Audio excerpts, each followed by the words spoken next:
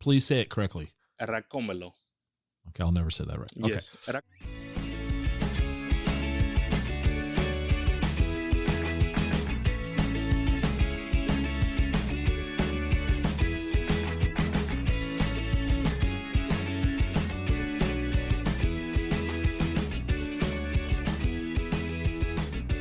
Welcome to the Exploring Washington State podcast. Here's your host, Scott Cowan.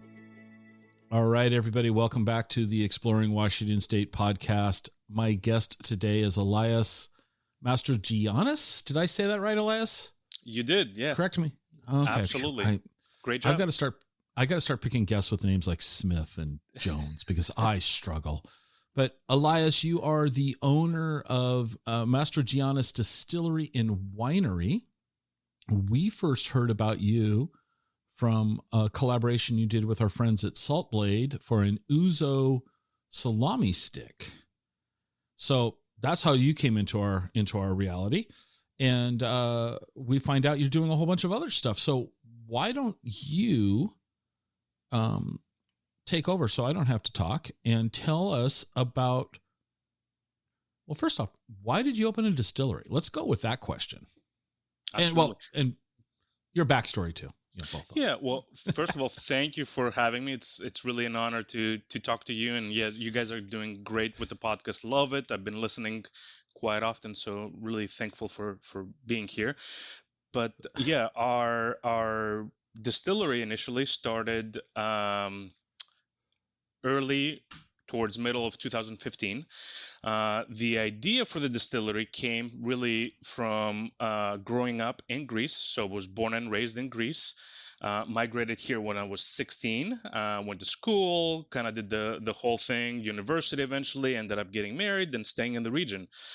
And yeah, towards those 2014, 2015, I was trying to figure out, okay, what can I do long term, really with more creative side attached to it. And yeah, those kind of early memories of my dad and mom, my both parents. My mom was a farmer, tobacco farmer, so I grew up around tobacco farm in Greece. My dad was a mason turned winemaker turned distiller. So he started as a mason, essentially, laying tile in various structures there, and kind of towards the last 20 years of his life turned into winemaking, and as a hobby into that, a little bit of illegal distilling as well. So he kind of made a little bit of grappa, which is the equivalent of moonshine here. But he was using grapes for everything. And yeah, those early memories came, kind of the idea of, making a grape brandy distillery in the United States was at least new to me. And as I started doing research, it turns out, not a lot of people do that. Very, very few, probably one or two distilleries within the United States at the time were doing grapes as kind of the core product. And yeah, we started down that path and figured out the details and the legal implications and licensing, equipment, and yeah. So just a simple, straightforward, easy 1, 2, 3 path. No hurdles, no government intervention. Opening a distillery, super simple, right? Super simple. Absolutely. No, it's quite the opposite. But I would say this, it's so much easier to do it in the United States than anywhere else in the world. Coming from that, a different country would be probably 10 times harder. So the U.S. has, the at least the way that I see it, the structure is much more clean, very organized. Yes, there's rules and regulations that you have to go through, but the TTB, essentially the federal body that we work with, all licensed beverage producers have to work with. So if you're a winery, distillery, brewery, you have to go through the TTB. I think they're really good at what they do, and they have their process down. So it's fairly easy to go through the federal level.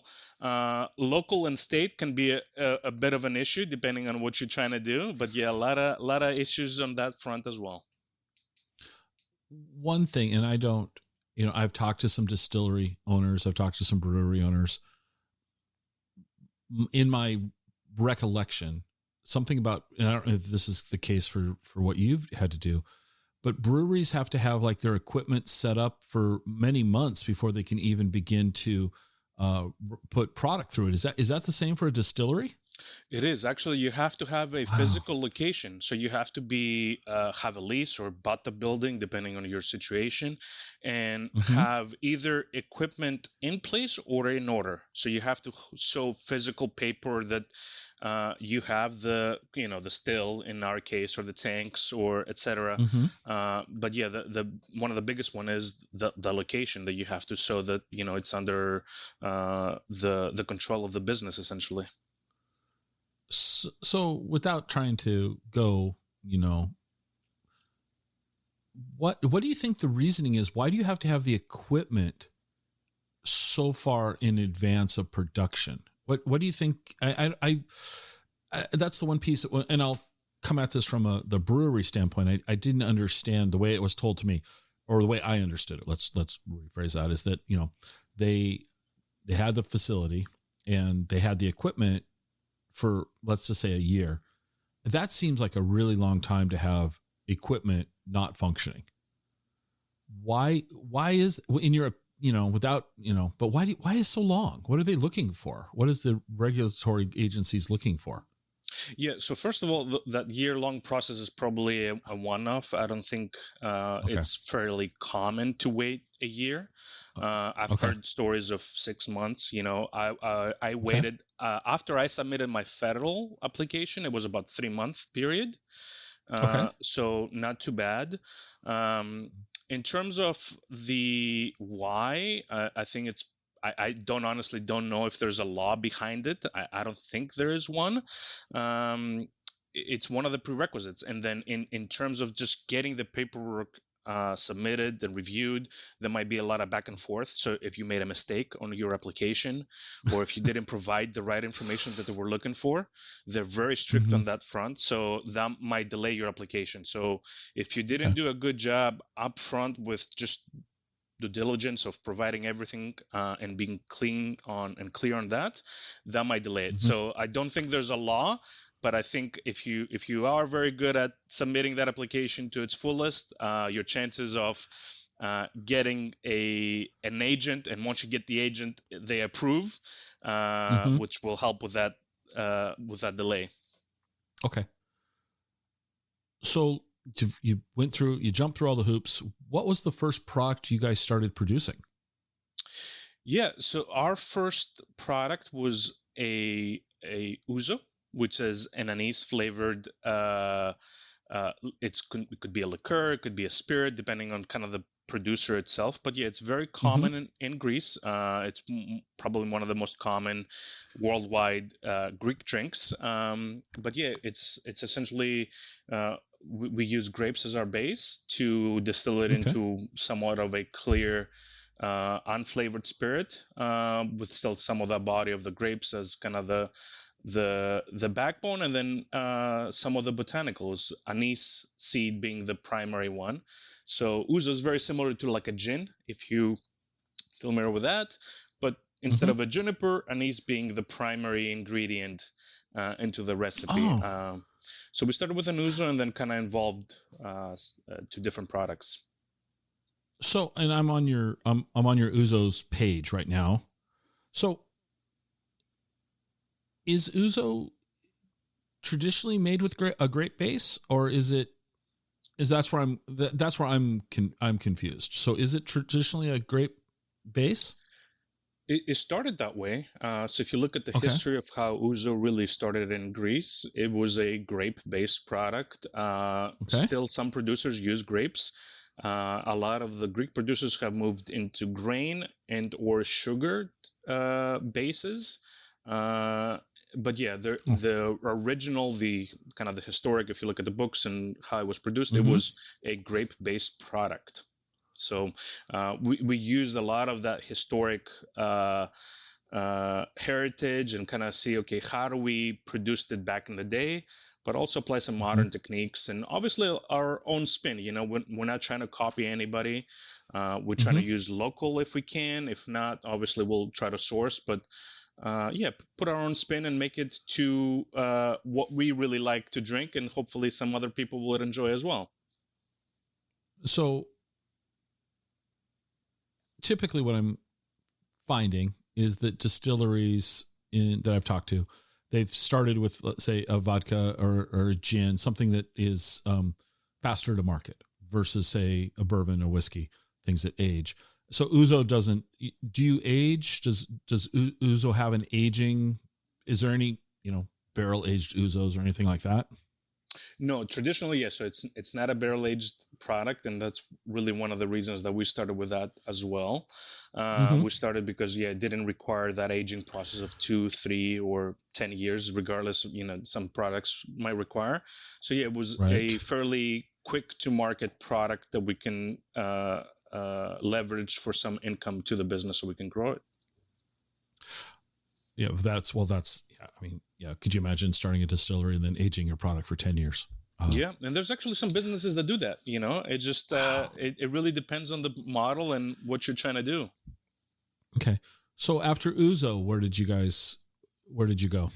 Yeah, so we did a grappa, which is really inspired by my dad. So the whole inspiration for the distillery, again, it kind of is rooted from his inspiration upon me. So he was distilling grappa when I was growing up. Actually, right before I started the distillery, so kind of late 2004, I went visit him during winter. We did a few distillations together as well, so I kind of saw it firsthand how things were done, kind of saw his technique and his process, and kind of took the best parts, added my own little twists and changes to it. But we moved into a grappa, which is essentially grappa is produced as a way to reuse that original grape product. So as a winemaker, you take grapes, you press them, if it was a red or a white, eventually after fermentation, and you make wine. But what do you do with that original product, which is actually the grape skins, the seeds?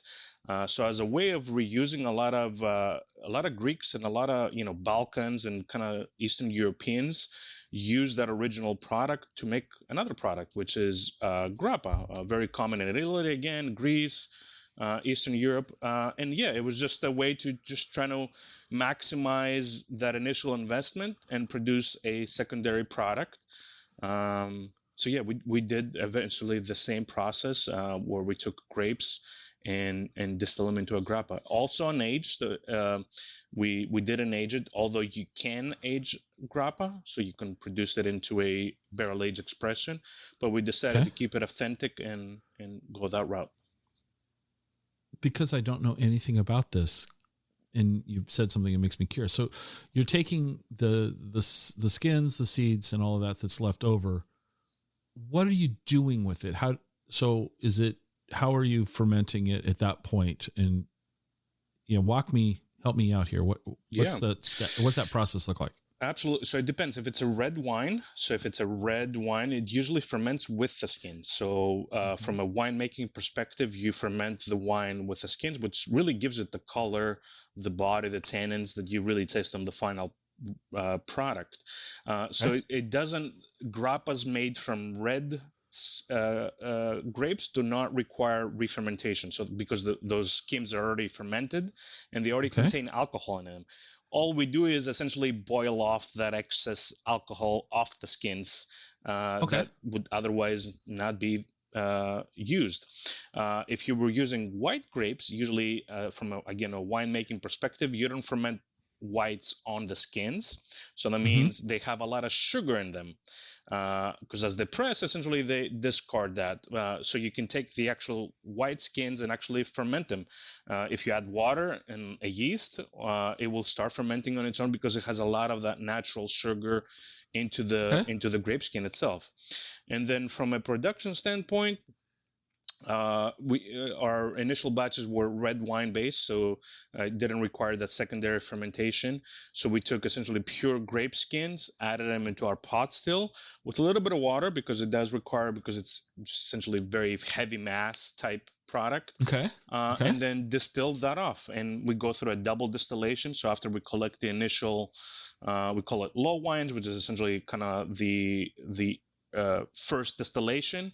We run it through a second distillation through the still to kind of clear up and kind of capture more of the more flavor profile that we really like and enjoy. So grappa isn't particularly well known in Puget Sound, Washington State. How has it been? What's the process been for you to like educate the consumer on this? Because this is something that you grew up with. You were saying it's common in the Balkans and things like that. So how's that been received locally? Yeah, for sure. One stat I want to throw out there is, if the listeners are aware, Washington is it's the second largest wine producing region in the United States, second to California. So it's really a shame that we don't do a lot of grape-based distillations, because we're producing very high quality grapes, both in Eastern Washington, obviously, but also on this side of the mountain too. There's small AVAs and vineyards that we produce from here. But in general, we have a lot of great fruit that we don't utilize. So really, I start with that. And I start with, really, we have high quality grapes, and starting with a great base, being the grape itself, really tends into a really delightful distillate. It's more flavorful. The body is really great, full body usually, and you can really taste the grapes and more of the terroir. So if you're talking about terroir, grappa is the definition for me, because you really taste the earth and the type of grape that it came from, how it was distilled. So if it was a white, like a muscat, very aromatic. If it was like a Cabernet Sauvignon, full body, kind of kicks you in the face a little bit. So really, it's the definition of terroir for the distilled spirit space is grappa. So I usually tend to kind of start with that direction. And really, yeah, in the beginning, it was more people that were aware, so people that did travel to Greece, because grappa is very highly consumed there too, or kind of maybe in Italy or that area. But now we're seeing more people that are outside of that scope, because they're curious, so they're looking, okay, what's out there, and then they're looking at brandy, and then by sequence they tend to try the grappa, and they tend to love it as well. So then you also do brandy. Yes. Nice segue, huh? See how we did that? Absolutely. So what got you started? What got you started with brandy? Yeah, brandy kind of fell in place, really. It was our first year in production. We purchased 4 tons of Riesling.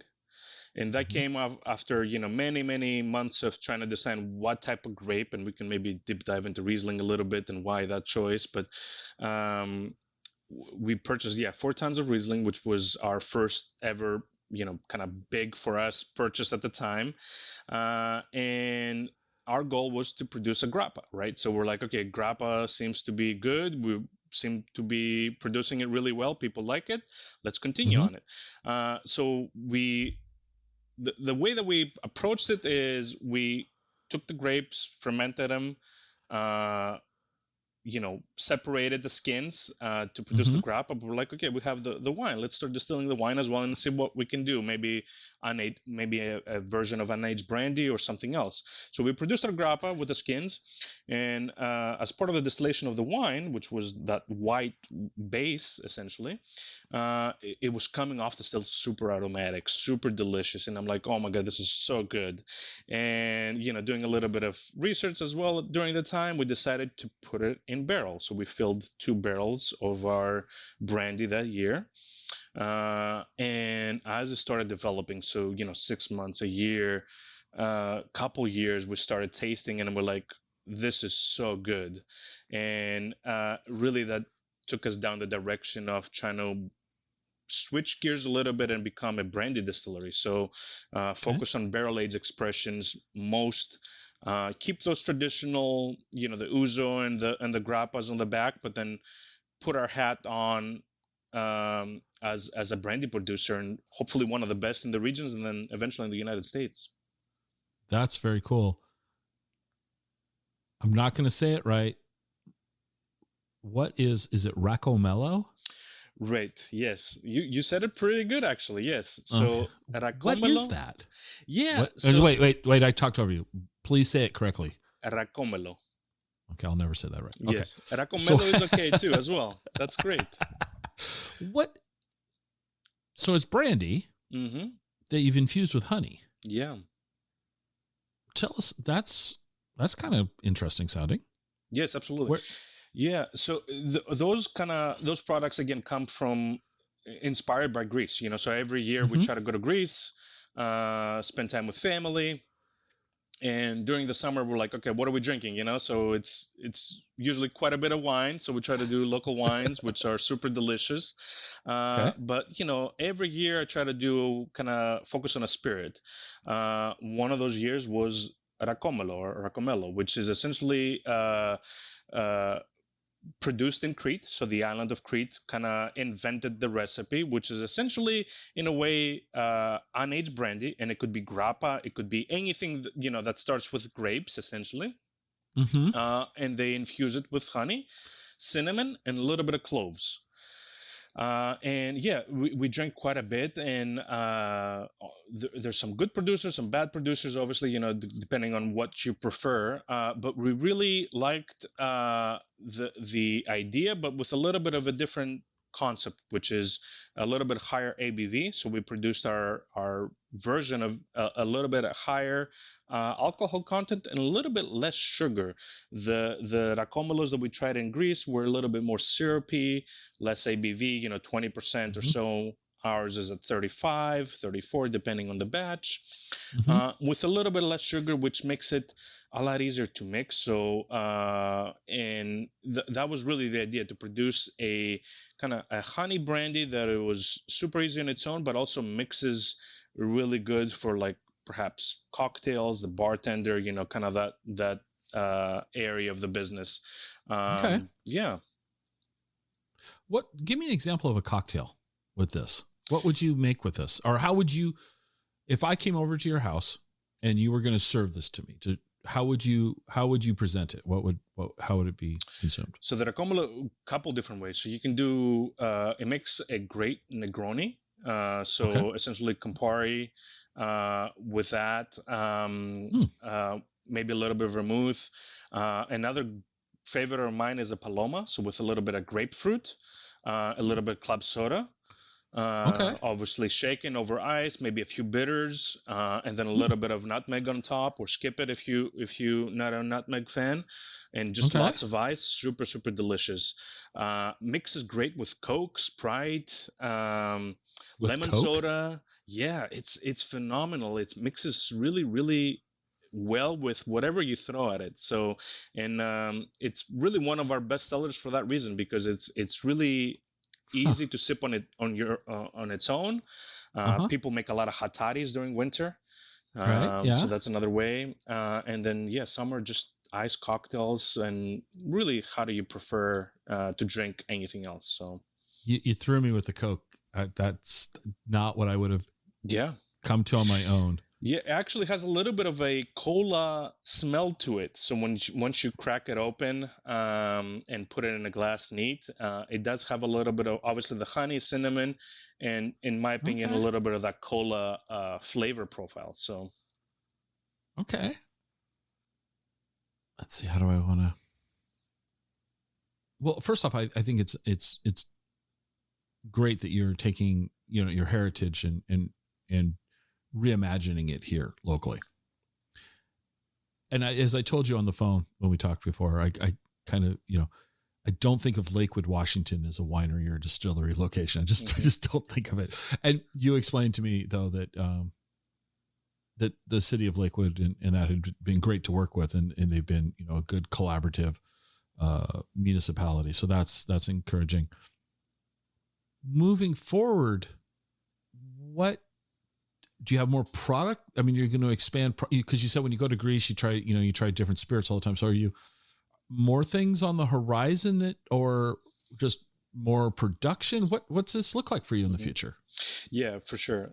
We're definitely, as I said earlier, kind of leaning heavily towards brandy. So that's been our focus for the last 4 years, I would say. It took us a while to kind of understand what we're good at and what really our equipment is good at, because that's another mistake that a lot of distillers are doing, is like they're trying to produce, vodka and this and, all these different products that, might sell, but are you going to be the best at, Right. And the way I see it is, what can I become the best at? What we are going to be known for? And I can tell you for sure, I'm not going to be a vodka distiller, because I don't think I can produce the best vodka in the world. And that's been our goal, is to produce the best brandy that we can possibly do. And we're far from it. It's always a learning opportunity. Every year is different. Grapes are harvested once a year, so that's a challenge on its own. But yeah, with that in mind, is we're trying to put more brandy, get better at it, the best at it, either grapes, or how do we source grapes, from where we source grapes, to the type of barrels. So definitely brandy going forward, but being a winery also allows us to kind of flex a little bit on that side too. So we are putting away some red wine, and see how that project will potentially evolve. So we haven't released a red yet.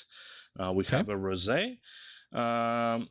But yeah, we're trying to kind of play in that area a little bit and see eventually a red wine. But also from the wine side, we can actually produce a vermouth. So because of vermouth, it's under the winery license. You can't really produce it as a distilled spirits plant. We can produce a vermouth that mixes really well with our barrel aged expressions, because we kind of use the same basis for everything. So having that flexibility, where we can offer the consumer, look, here's a cocktail that you can make with all of our products, the vermouth, the brandy. So you can make a Manhattan, for example, right? And buy all of our products from us, and kind of go that direction where everything is kind of crossover from both sides of the business. So yeah, I would say vermouth for sure. The red wine probably is going to be next, and then probably more variations of barrel aged brandies, because again we can play from both sides between the distillery and the winery, so we can cross brandies over, age them in red versions of our wine, and kind of all kinds of creative ways to produce a flavor. So what barrels are you using? Are you using to, when you're aging the brandy, what barrels are you using? Yeah, that's a great question. We started with X wine barrels. So that's been our one of the key differentiators that we started with, is trying to use red wine barrels, primarily because I personally like that red fruitiness that that type of barrel gives you. So we still barrel age, I would say 80 to 90% of our base brandy in X wine. But we also started introducing we call it the STR version, which is the shaved, toasted, and recharred barrel. And it's essentially a process where we work with a cooperage, and they take the wine barrel. Essentially, they open the sides of the barrel. They go with a specialized machine in and shave a percentage, very small millimeter of the surface of the staves to expose new oak. So they expose a little bit of new oak, leaving a little bit of the old oak in, and then it goes through a process very similar to the bourbon industry, where they toast it. Essentially, they put it open flame to create two different layers. So the toasting layer creates those, the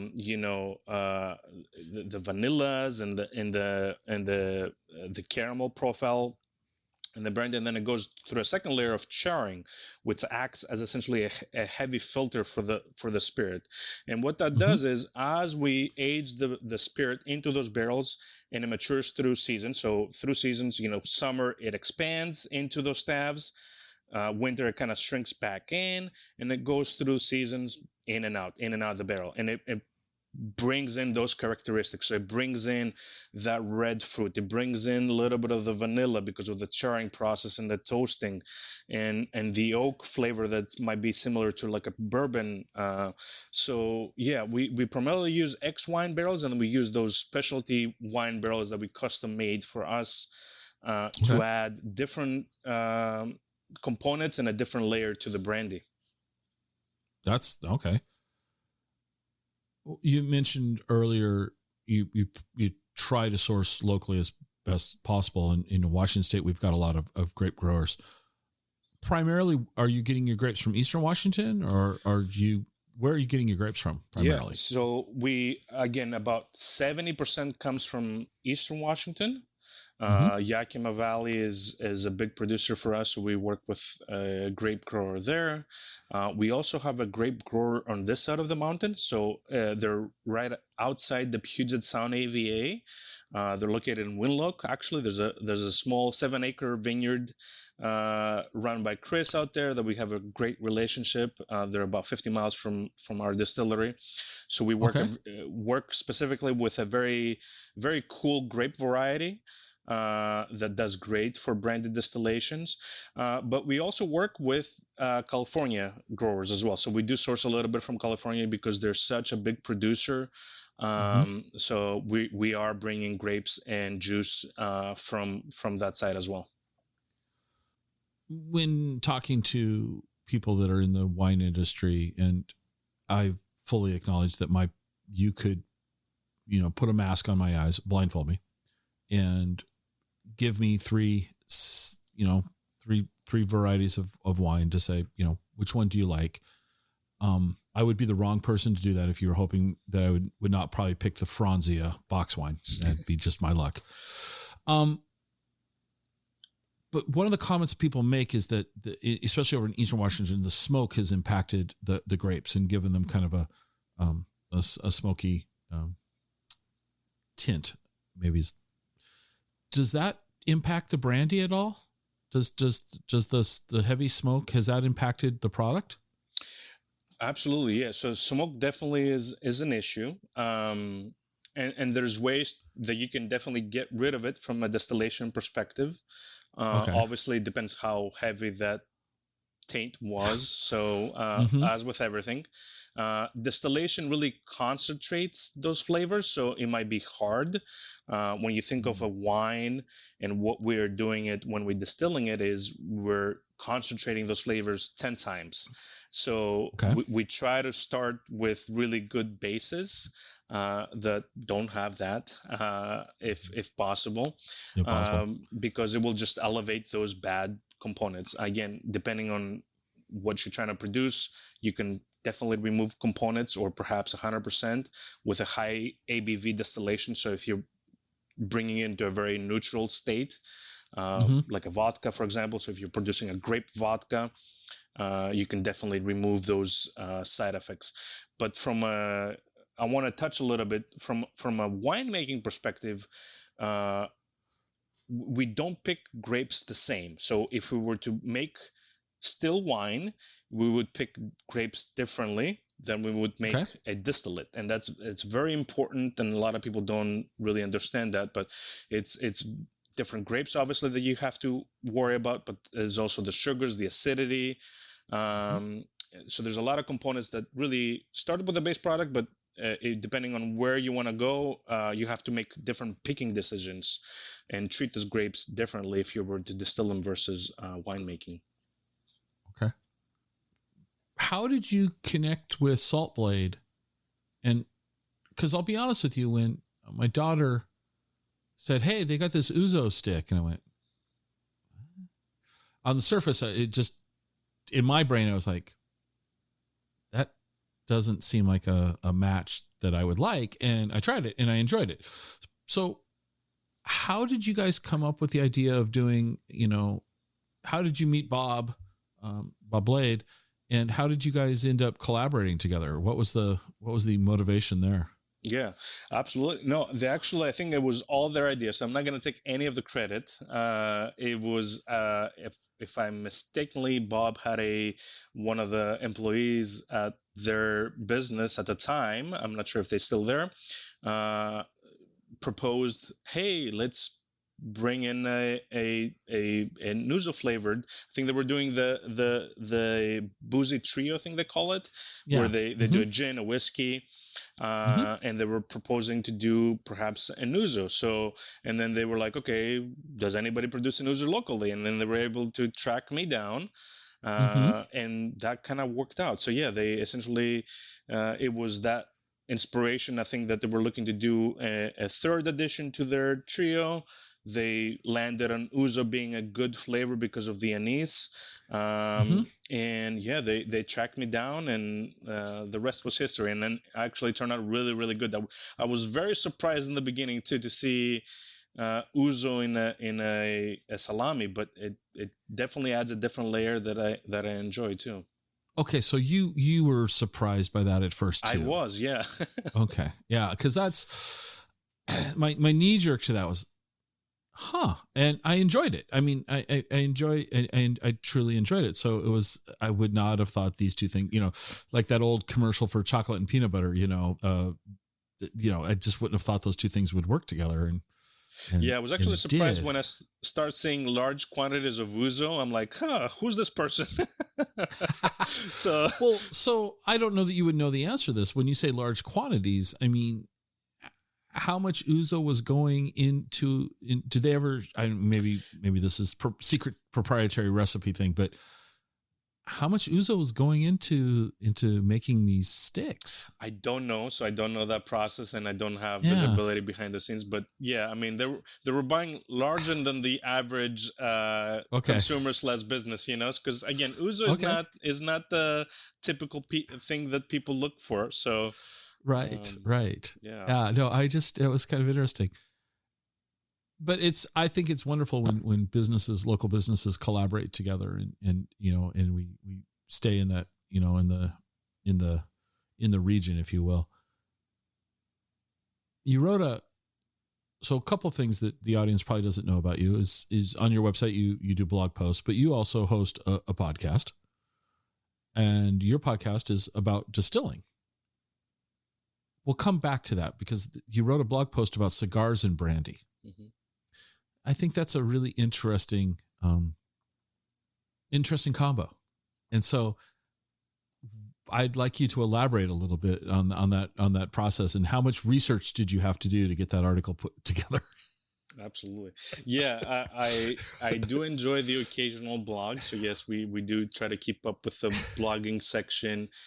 We either try to talk about, what's top of mind or some of the directions that we take with the company. I try to be super transparent, for sourcing, where we source.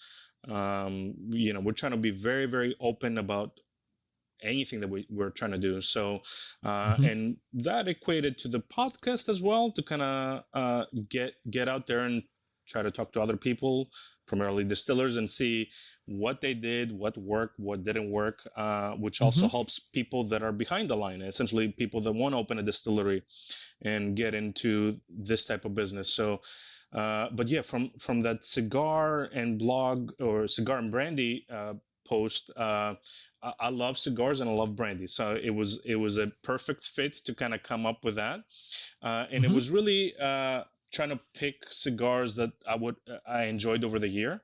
So, I usually try to get them, locally if I can. Total Wine has a really good selection in my opinion. So if you're in the area, Total Wine has a good, decent selection of cigars. So yeah, I would go in there and kind of throughout the year, pick different ones. And, the ones that really stood out, I would, make a little note on my notes app on my phone.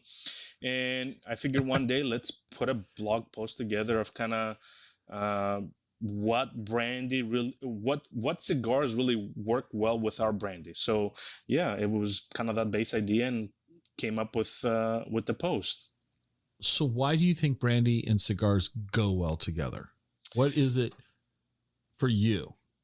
For me, it goes back to that the beautiful red fruit that our version of the brandy has. It's really, obviously, smooth is a descriptor that you hear a lot, but it's smooth, but it has this beautiful red fruit that accompanies that tobacco, burn ash type flavor really well, in my opinion. So I was trying to match a cigar to that flavor profile. So from the ones that I smoked throughout the year, it was like which ones really stood out and what I thought, at least in my palate, paired really well. Mm-hmm. Well, all right. Now let's add food. Mm-hmm. Give us an example of, you've got your wine box right now, which is the rosé with some chocolates for Valentine's Day and rosé for the cure. What else? What goes well? Give me some pairing suggestions that might not seem glaringly obvious From the distilled spirit side. Yeah. So traditionally, you don't drink distilled spirits, at least in my family, as part of dinner. You would probably do it before or after. Okay. So I would probably start with a cocktail that does lead into a dinner with some type of wine. At least that's my preferred, and that's what we kind of do in our family.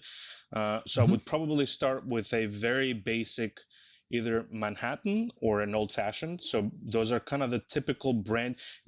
Essentially you can take any whiskey cocktail and translate it, instead of whiskey, add brandy, especially the barrel-aged expressions.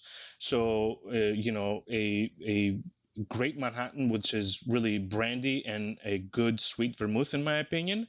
Over ice with a little bit of orange peel, shake really, really well, strain into a coupe. It's phenomenal, and it's a great start to a great meal that, again, you can accompany with a nice wine.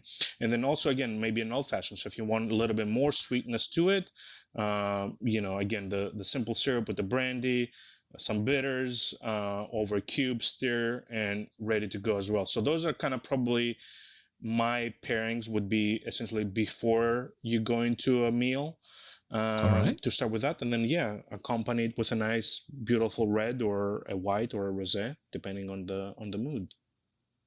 That sounds quite delicious. Yeah, and Greeks do that a lot, especially with Ouzo. If you think of how Ouzo is consumed in Greece, if you ever visit, it does not meant to be part of dinner. It's meant to be a pre-dinner way to kind of open up your appetite. Greeks do it as a way, and they drink very little, right? Maybe 1 to 2 drinks at the most. And it's a way to kind of open up your appetite. Yes, you do have some tapas, some appetizers to kind of accompany it a little bit while dinner is cooking or lunch is cooking. And then they dive into the main course with some wine. And then perhaps they'll finish with a grappa or a brandy with dessert. I always ask this question of guests: are you a coffee drinker? I am, yes.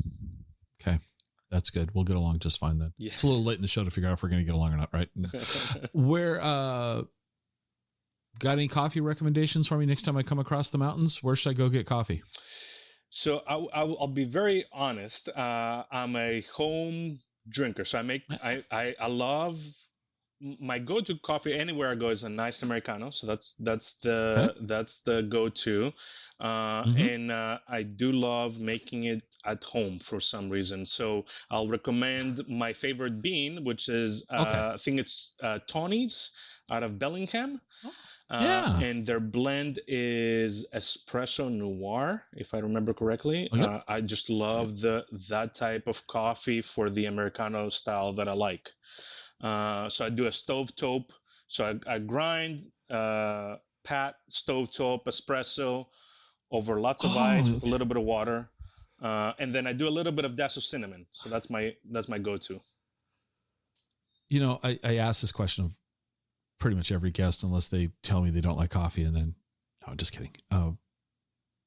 Today I've recorded, so far we've recorded 2 episodes today that just haven't been when people are listening to this, they've been released. But I've recorded, I don't know, I think we're 140 recordings. They haven't all been released yet. And today, 2 different coffee companies that hadn't been mentioned before. I think that's funny. Tony's, which is out of Bellingham, and they make good coffee. And then Olympia Coffee Company was mentioned. And once again, I was like, when you said Tony's, I'm like, no one said Tony's. That's funny. And then Olympia Coffee was the same thing. It's like, it's so interesting to listen to people about anything. I mean, we all have our opinions, right? And coffee is just kind of my go-to thing. Listening to people's tasting coffee. So you do the old school, the old over stovetop. Yeah, I got that little Italian. I'm trying to remember. Yeah, and then put water. A mocha pot. Yeah, exactly. Yeah, mocha pot. Yeah, mm-hmm. And I got the 6-cup version. Yes, I think I got the big one. Okay, so I can fit quite a bit of coffee in there. 6 cups is a lie. I think so too. It's like 6. I don't think so. Yeah, it's like 2 shots. This is 1 serving. Yes, this is exactly. 1 serving. Yeah, no, I've always gotten a kick out of like, this is a 12-cup French press. Yes. No. Yeah, I love that, and it's my go-to for the last, I would say, 2 to 3 years now, and yeah. Okay, all right. So you have it. So your website says that you have a tasting room. Do I dare? Is it open? Given the world right now, we don't know if anybody's open. Is your tasting room open? Yeah, we try to be by appointment at least. Okay. Every Saturday, so we kind of limit to 1 day to kind of figure out people coming in. But yeah, we're open every Saturday from 11 to 4. More than welcome to stop by. We're very, very small, tiny operation out of Lakewood. And yeah, you feel free to stop by, do a tasting. Do some barrel sampling, kind of check our production. Again, we're very open and very transparent to what we do. So can you get, I don't want to say a distillery tour, but can you actually see the facility? Absolutely. We're essentially in one location. We do everything. So okay. Super easy to see what we're doing. Okay. So when you're not doing this, what do you and the family like to do for fun in the area? Yeah, absolutely. Usually, because I have 3 kids, so usually some outdoor activities is always preferred. We try to do a rotation of zoos. So Point Defiance is one of our favorites. So that's usually our go-to place. Large enough area where we can do a picnic or just go see the animals and have a great day there. So okay. And I'm trying to think. Well, let's just go with this. So. Well, let's come back to the podcast. I know you have talked to other distillery owners. Have you found the community of distillers to be supportive and or is it full of secrets and we don't want to tell or is the industry in your experience been supportive and you keep saying transparent for your company? What's your experience been? Yeah, I think to the ones that I've talked so far, they're very open to help. They often even give out emails, phone numbers, and these are some, pretty big companies. So very open to helping others come up with, any type of question that they have. I try to add a mix of technical questions, but also business related questions, because that's a very important aspect. And in most cases, they're very open with being open to their kind of essentially production process and what they do, protocols. So yeah, it's been very, very open to my opinion, and made great connections. You can pick up a phone right now and call and have somebody troubleshoot with you with no problem. Well, that's great. That brings me a question I want to ask you. You said troubleshoot. That means problems. You've had to have had a problem somewhere along the line where you thought something was going to go one way and it didn't. Care to share any bumps in the road? And most importantly, after that, if you're willing to, what did you learn from the bump in the road? Absolutely, yeah. I think, from small issues to like filtration. Filtration is a big deal, especially for a small business where it's really expensive to buy equipment. So yeah, we have over the years numerous issues with filtration. So either a bad filter, or maybe didn't sit properly, or maybe the thing was not cleaned properly prior to use. So a lot of issues like that we just caught perhaps late. So we either had to dump the batch, or uncork how many cases, and potentially not reuse it. So things like that. But also direction wise, it took me a very long time to understand what I mentioned earlier, what we're good at, and that was through a trial and error of multiple years, a lot of money into buying raw product, and kind of figuring out what we are going to be good at. So and came into the conclusion, brandy is kind of our thing, and doubling down on that. So I would say probably those are kind of the big ones. Yeah, it's I always find it interesting because I think we learn so much when we, in hindsight, I think we learn a lot when we make a mistake and we sit back and then look it over and go, oh, I should have done this, and next time I will do that. I think we all learn a lot.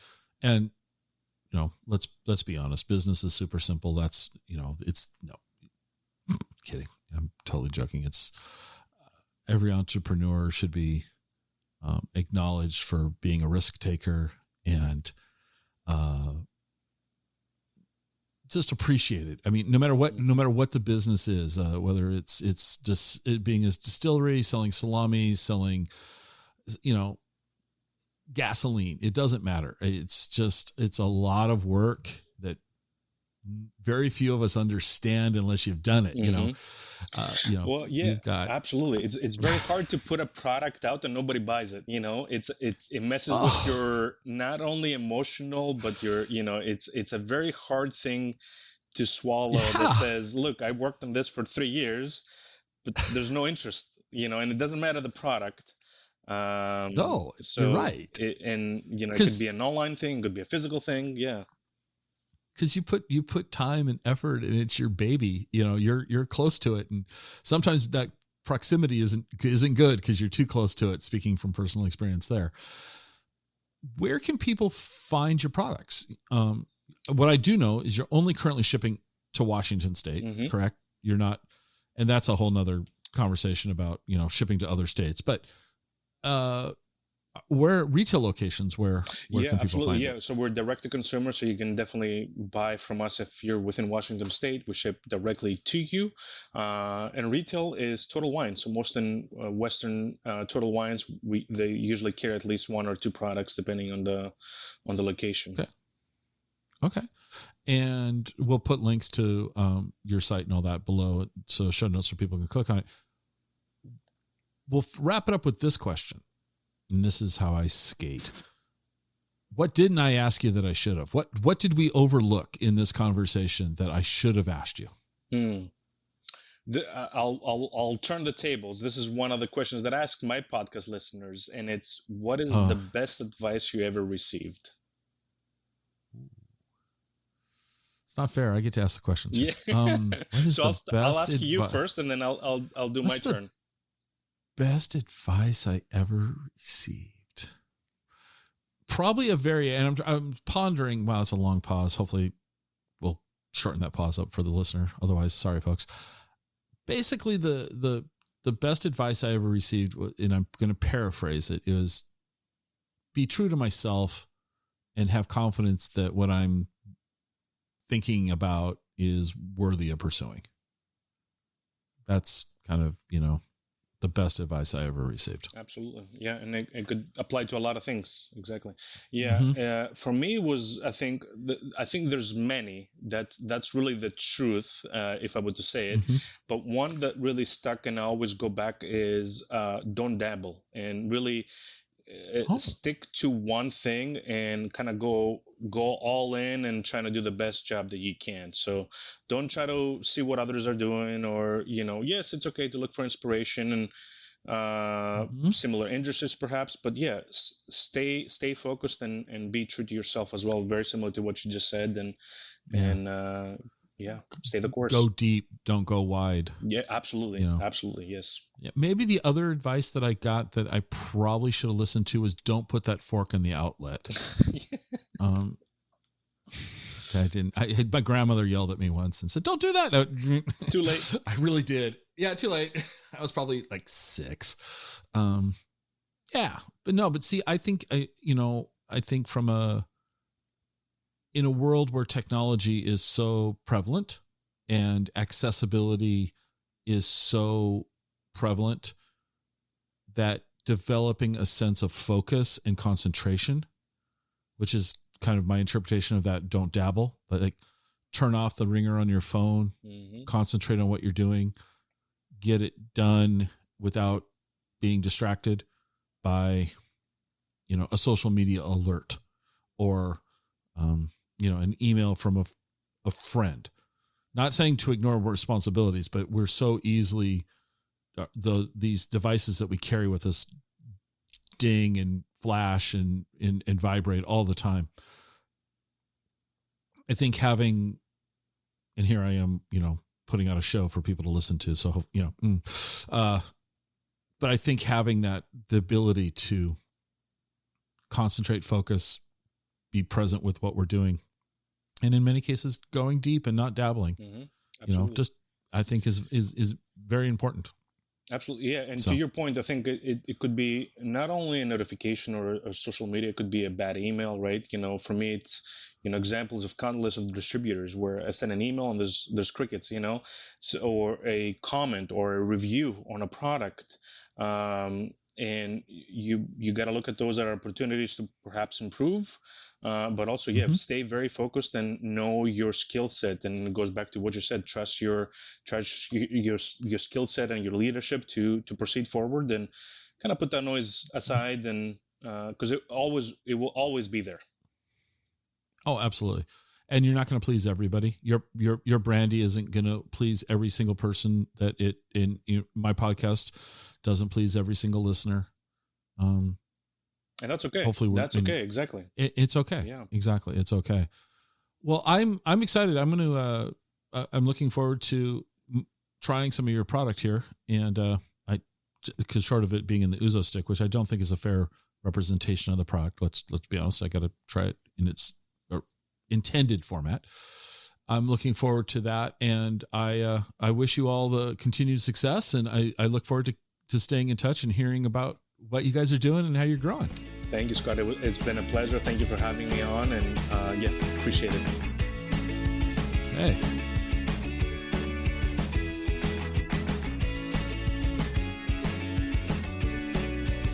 Join us next time for another episode of the Exploring Washington State podcast.